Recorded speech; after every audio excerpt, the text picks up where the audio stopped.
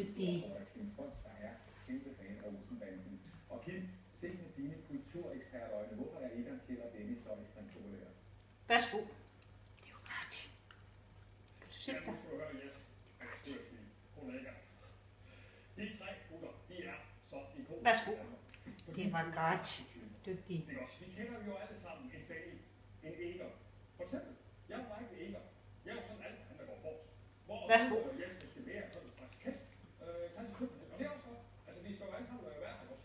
Og på den måde, der tror jeg, at vi kan identificere os mellem os danske mænd, og derfor er vi enige gyldige. Værsgo. Fortæl os så, hvordan Det var det her godt. afstemning på Dygtig. nettet, og hvilken film vi skal se, kommer til at foregå. Ja, det kan jeg fortælle dig. Det man kan gøre, det er at tænde for sin internet, og så går man ind på favoritfilm.tv2. Værsgo. Og så kommer alle 13 Dygtig. simpelthen frem der. Og man kan så simpelthen stemme på den film, man allerhelst vil se. Og det sker på lørdag. Værsgo. 21:30 på Det er jo TV2. godt. Så kommer Dygtig. der en, og vi har altså Dygtig.